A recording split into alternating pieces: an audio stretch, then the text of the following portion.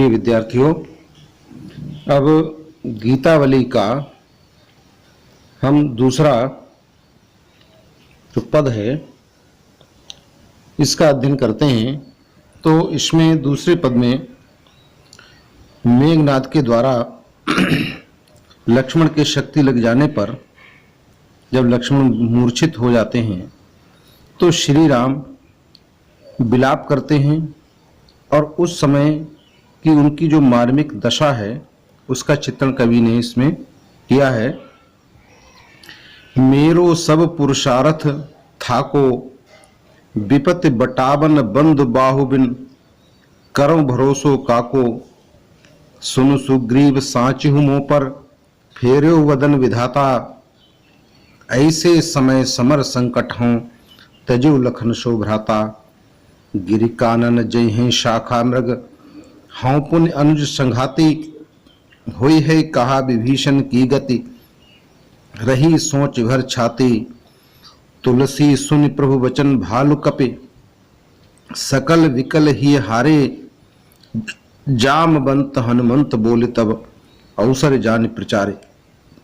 श्री राम एक सामान्य व्यक्ति के समान विलाप करते हुए वहां पर उपस्थित जो भी लोग हैं, सुग्रीव हैं, जामवंत हैं, इन सभी के सामने कहते हैं कि अब मेरो सब पुरुषार्थ था को, अर्थात अब मेरा सारा पुरुषार्थ, सारा परिश्रम, बल सब थक चुका है। विपत्ति बटावन बंधु बाहुबिन, करो भरोसो काको, की विपत्ति को बटावन माने बांटने वाली, बंधु बाहु, बंधु माने भाई, रूपी बाहु माने भुजा के बिना अब मैं किसका भरोसा करूं, विश्वास करूं। सुन सुग्रीव साचिहु मों पर, फेर्यो वदन विधाता। आगे वे सुग्रीव को संबोधित करते हुए कहते हैं कि हे सुग्रीव सुनो, मैं सच कहता हूं कि मुझसे विधाता ने अपना मुंह फेर लिया है। साचो मुंह पर फेरो वदन विधाता, वदन माने मुख, कि विधाता ने भी मुझसे अपना मुख फेर लिया है। इसीलिए इस ऐसे समय समर संकट, हाँ तजो लखन शोभ्राता, हाँ माने मैं, कि इस विपरीत समय में, ऐसे समय समर संकट का ऐसे समय माने ऐसे विपरीत समय में जब युद्ध का संकट मेरे ऊपर उपस्थित है, तजो लखन शोभ्राता, मैंने लक्ष्मण जैसे भाई को खो दिया है। अब क्या होगा, यही चिंता उनको सता रही है। सब गिरि कानन जय हैं शाखा मृग, हाँ पुण्य अनुज संघाती, कि सभी बानर तो, शाखा मृग माने बानर, जय हैं माने चले जाएंगे, गिरि माने पर्वतों पर, कानन माने जंगलों में, कि सभी बानर तो वनों और पर्वतों पर चले जाएंगे और मैं भी अब भाई के बिना इस संसार में जीवित रह करके क्या करूंगा, कि हाँ पुण्य अनुज संघाती, और मैं अपने भाई के साथ चला जाऊंगा, अर्थात भाई ही संसार में नहीं तो मैं भी जीवित रह करके क्या करूंगा, अर्थात मेरी भी मृत्यु सुनिश्चित है।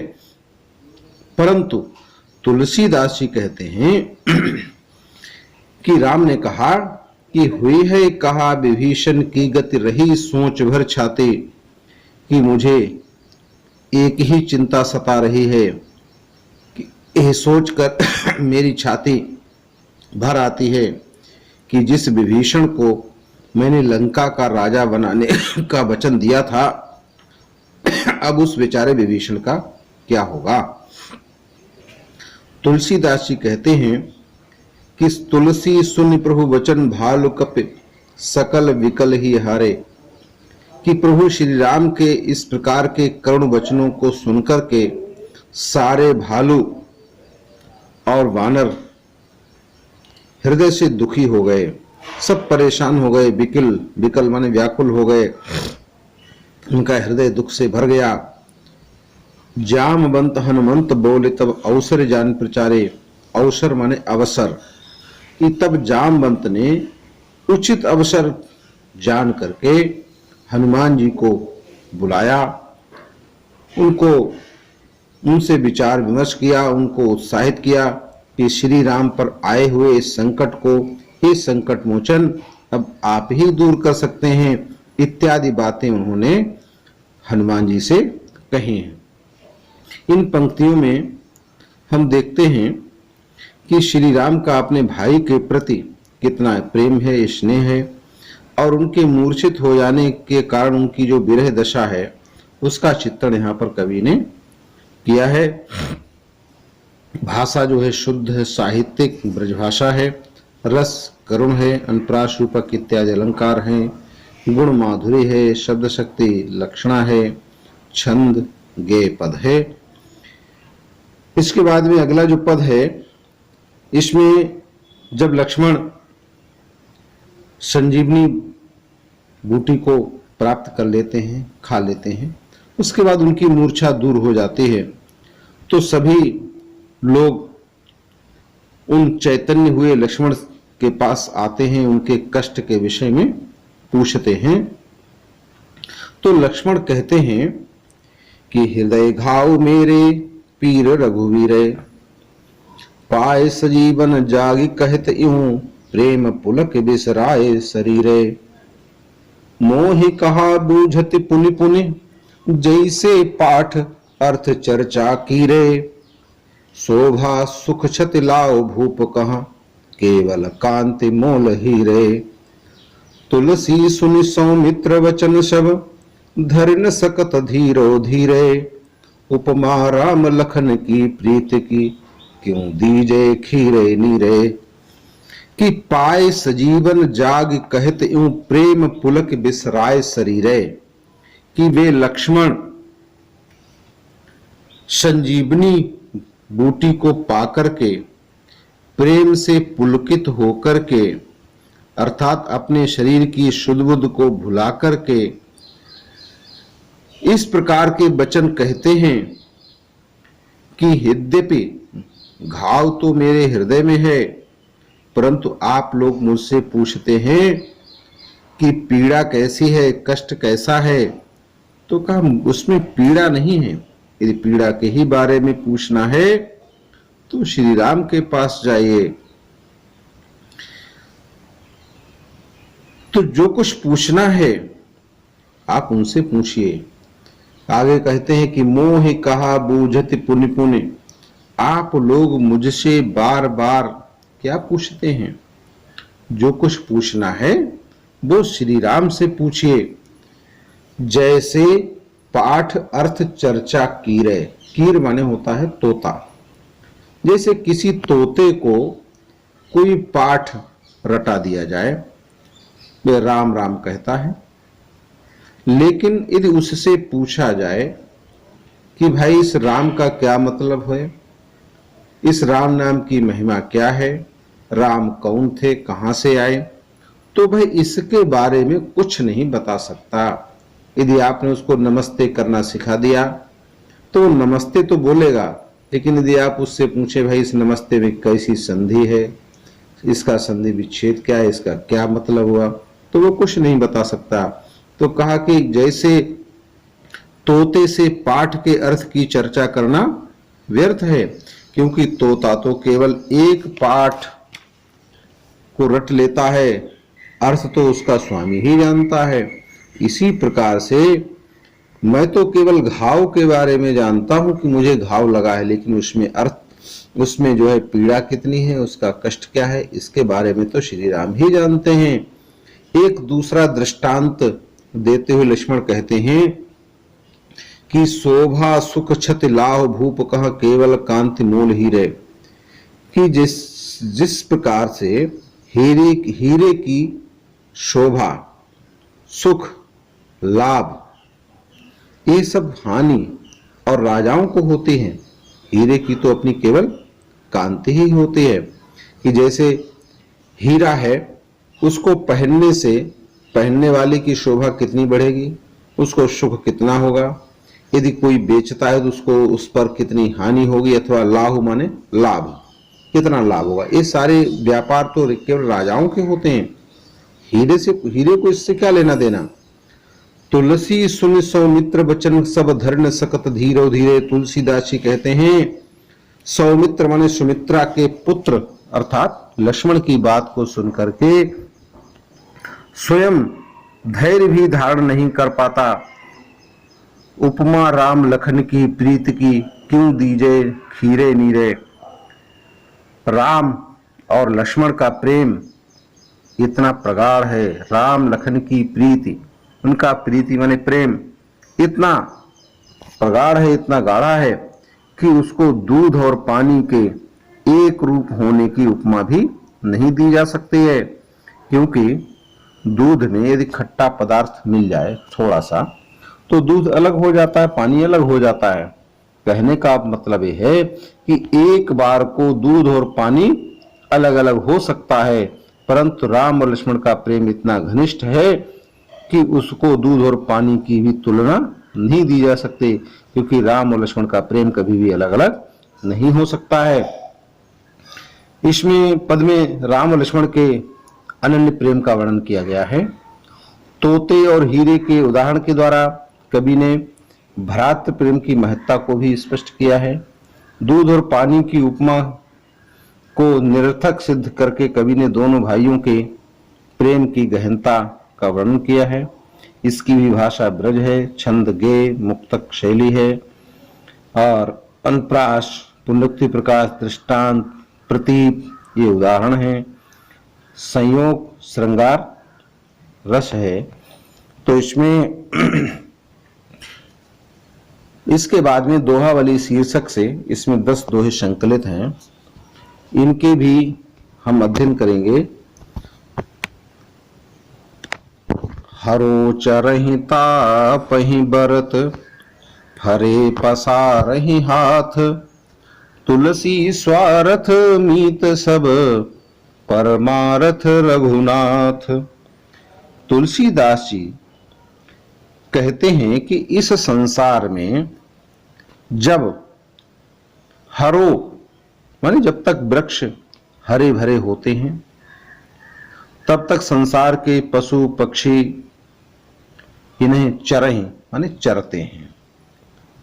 तापहि बरत जब वही पेड़ सूख जाते हैं तो लोग उन्हें जला करके तापने का काम करते हैं।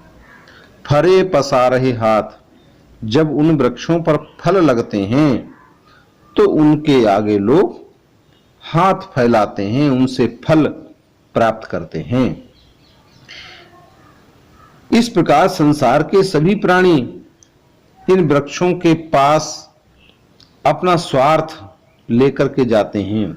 सब अपना अपना स्वार्थ सिद्ध करते हैं कि तुलसी स्वार्थ मीत सब।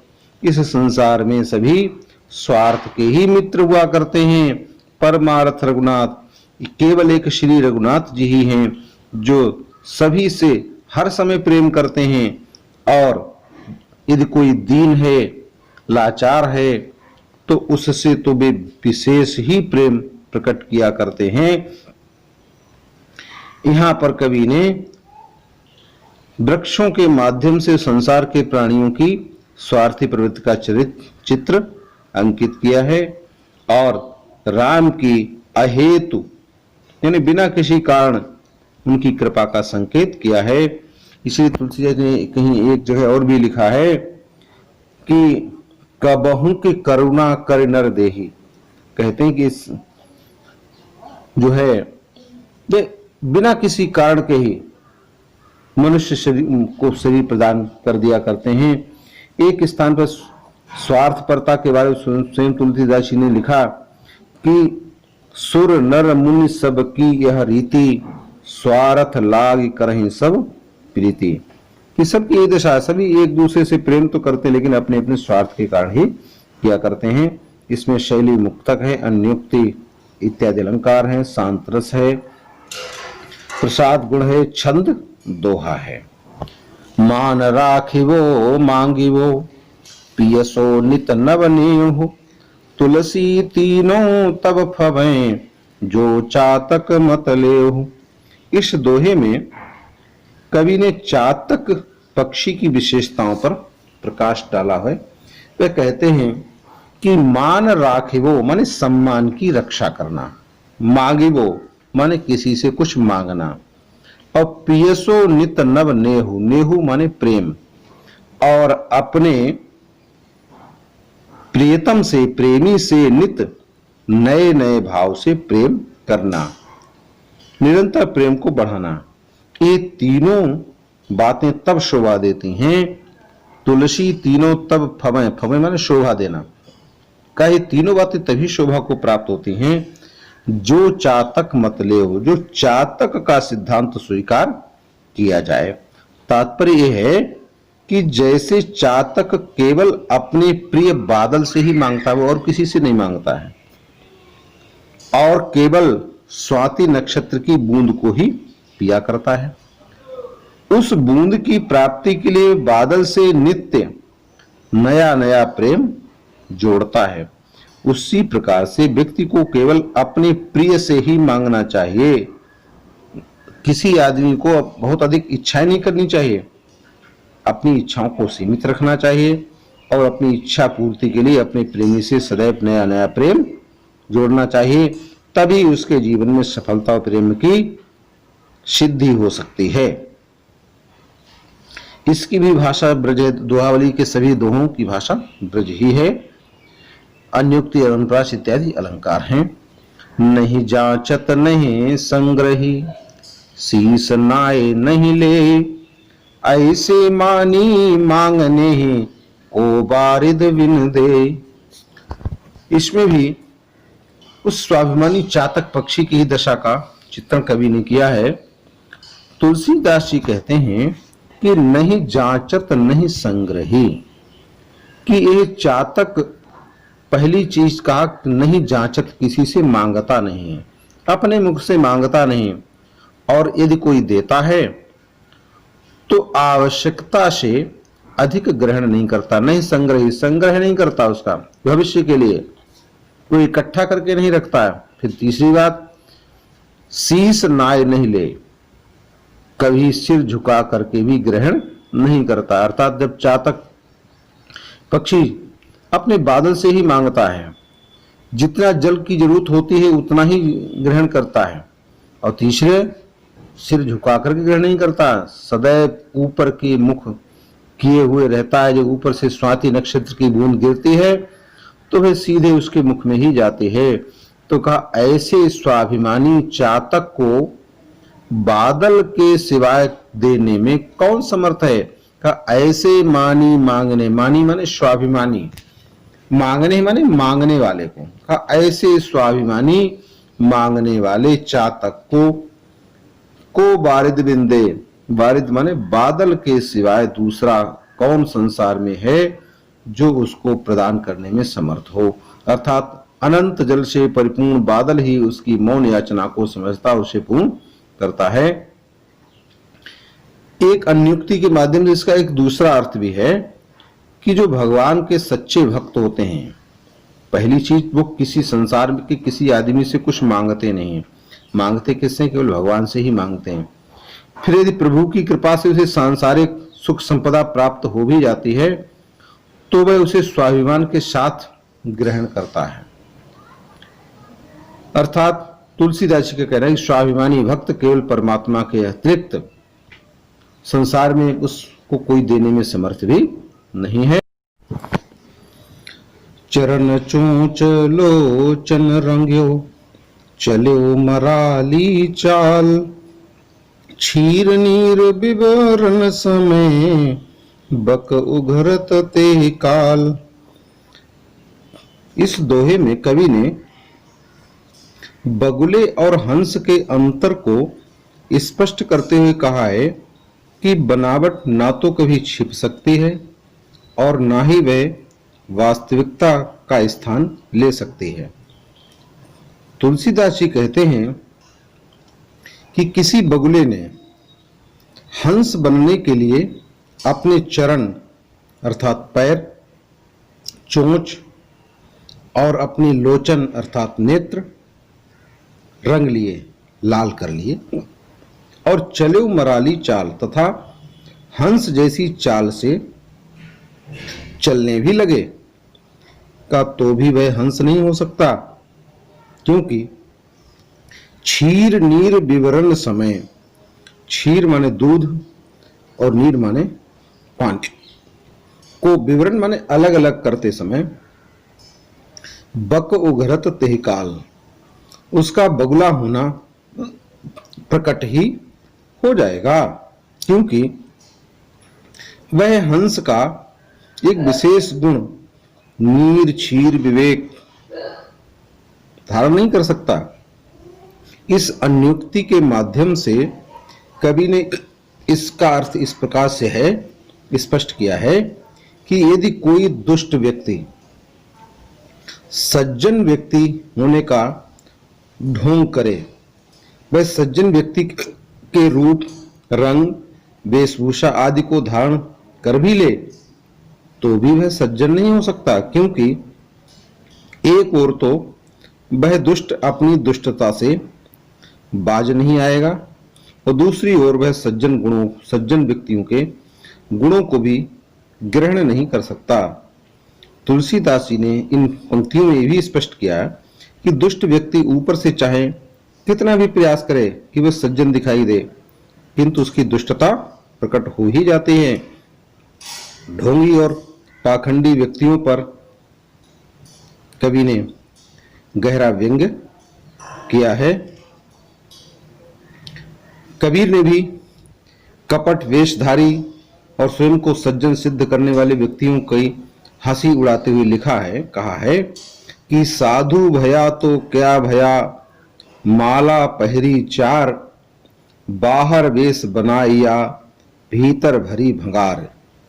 अर्थात कि जो सज्जन व्यक्ति होने का ढोंग करता है, चार चार मालाएं पहन लेता है, साधुओं जैसा वेश धारण कर लेता है, लेकिन उसके अंदर तो भंगार माने तरह तरह का कबाड़ खाना भरा हुआ ही रहता है। आप कह सब भलो, आपन कह कोई कोई, तुलसी सब कहा जो भलो, सुजन सराहिय सोए। प्रस्तुत दोहे में तुलसी ने यह स्पष्ट किया कि परोपकार करने वाले व्यक्ति की ही संसार में प्रशंसा हुआ करती है।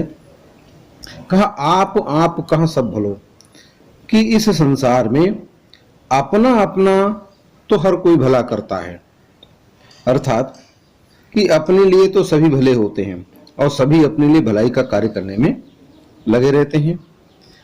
कुछ व्यक्ति ऐसे होते, अपने कहा कोई कोई, कि कुछ व्यक्ति ऐसे होते हैं जो स्वयं का भला करने के साथ साथ अपने मित्रों, अपने सगे संबंधियों की भलाई के लिए भी सदैव तत्पर रहते हैं।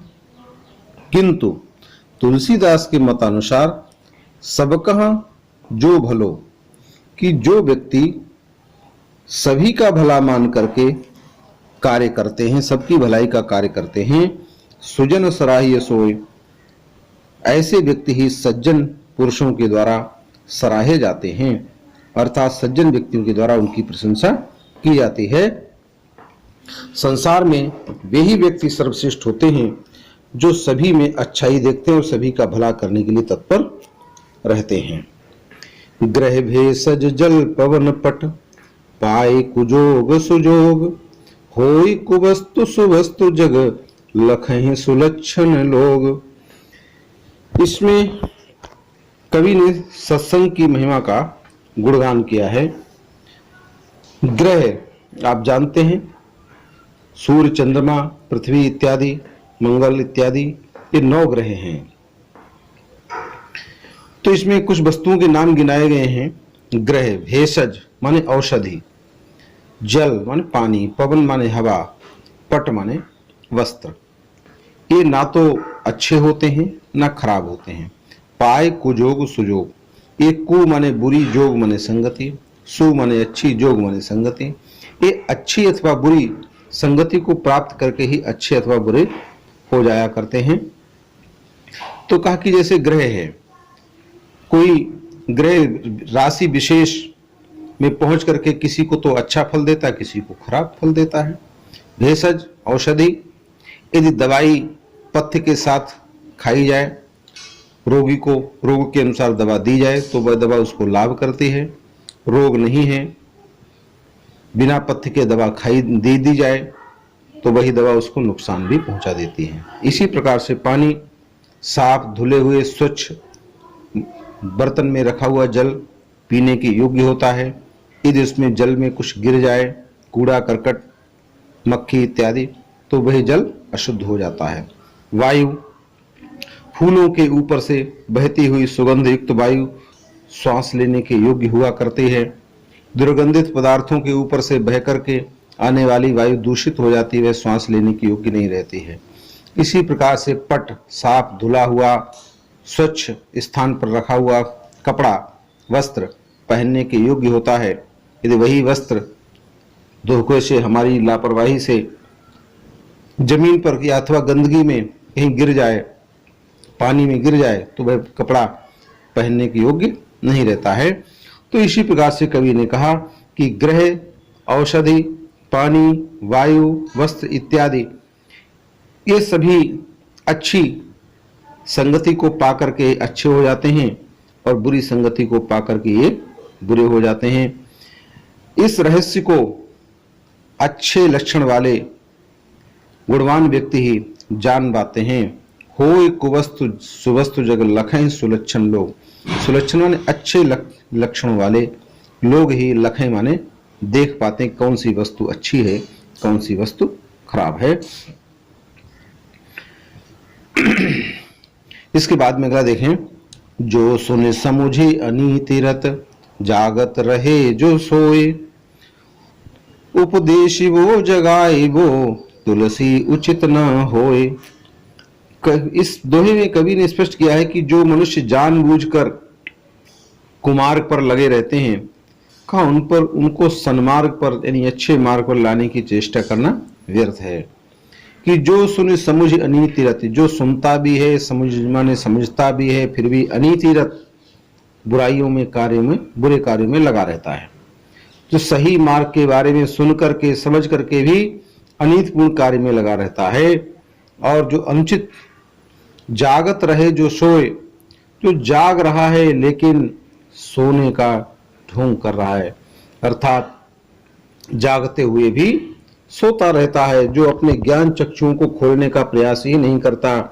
तुलसीदास जी के मतानुसार ऐसे व्यक्ति को उपदेश देकर जगाने का प्रयास करना व्यर्थ है। उपदेश वो जगाए वो, उपदेश देना जगाना, उपदेश देकर के जागृत करने का प्रयास व्यर्थ सिद्ध होता है। ऐसे व्यक्तियों को कभी भी कितना ही उपदेश दे दीजिए, वे कभी भी सन्मार्ग पर नहीं आते हैं।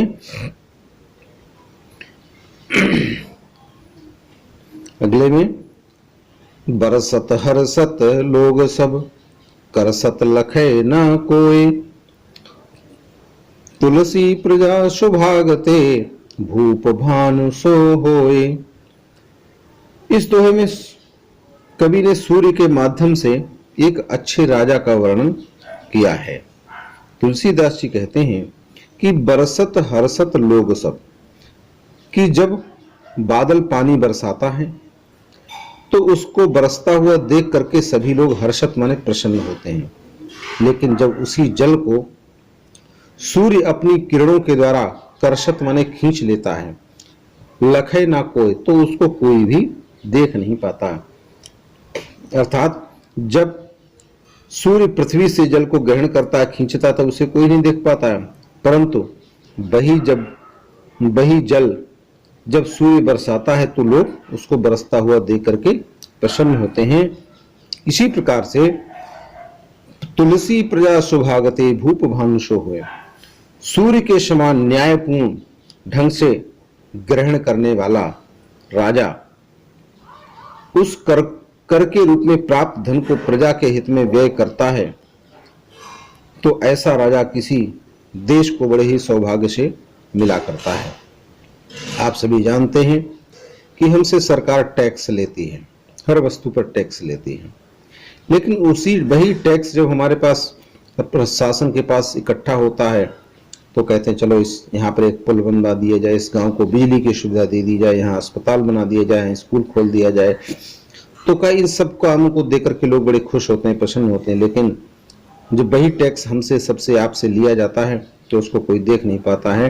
तो कहा सूर्य के समान ग्रहण करने वाला राजा किसी देश को बड़े ही सौभाग्य से मिला करता है।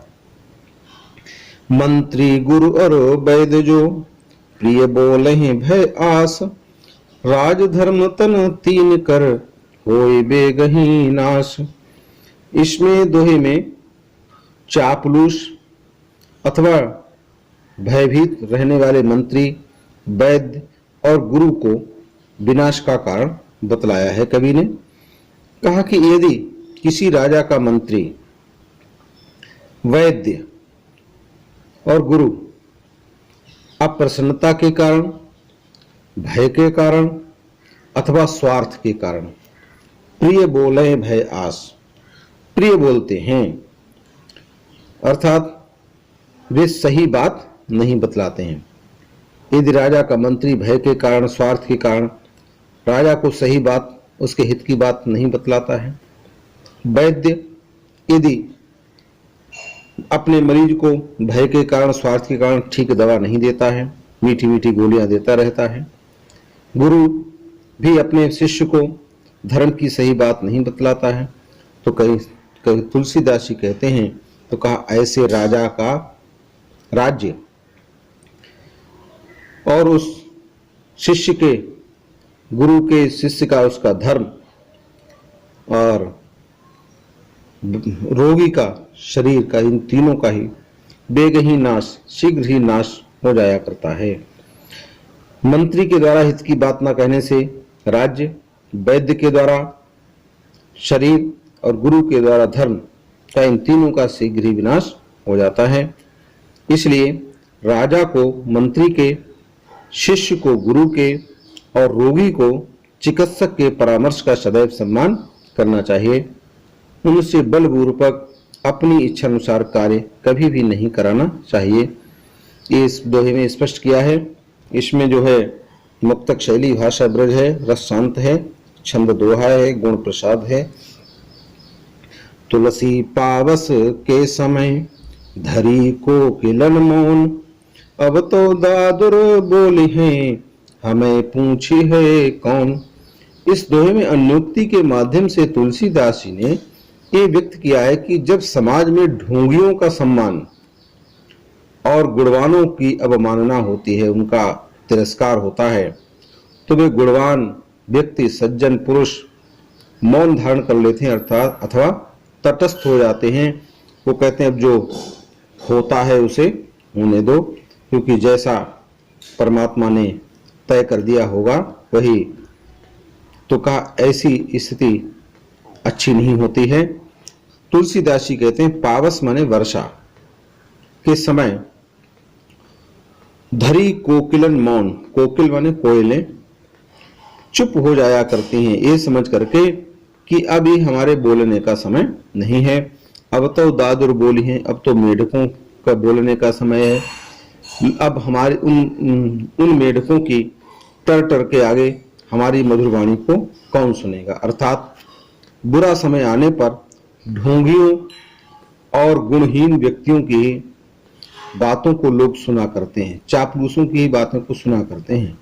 गुणवानों का सम्मान नहीं होता है, इसलिए वे तटस्थ भाव से चुप हो जाया करते हैं।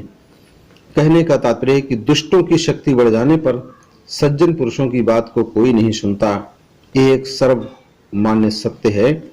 इसकी भाषा ब्रज है, शैली मुक्तक है, अन्युक्ति अलंकार, शांत रस, अविधा लक्षण शब्द शक्ति है, गुण प्रसाद गुण है, छंद दोहा है। तुलसी पावस के समय धरी को किलन मौन, अब तो दादुर बोली है हमें पूछ है कौन।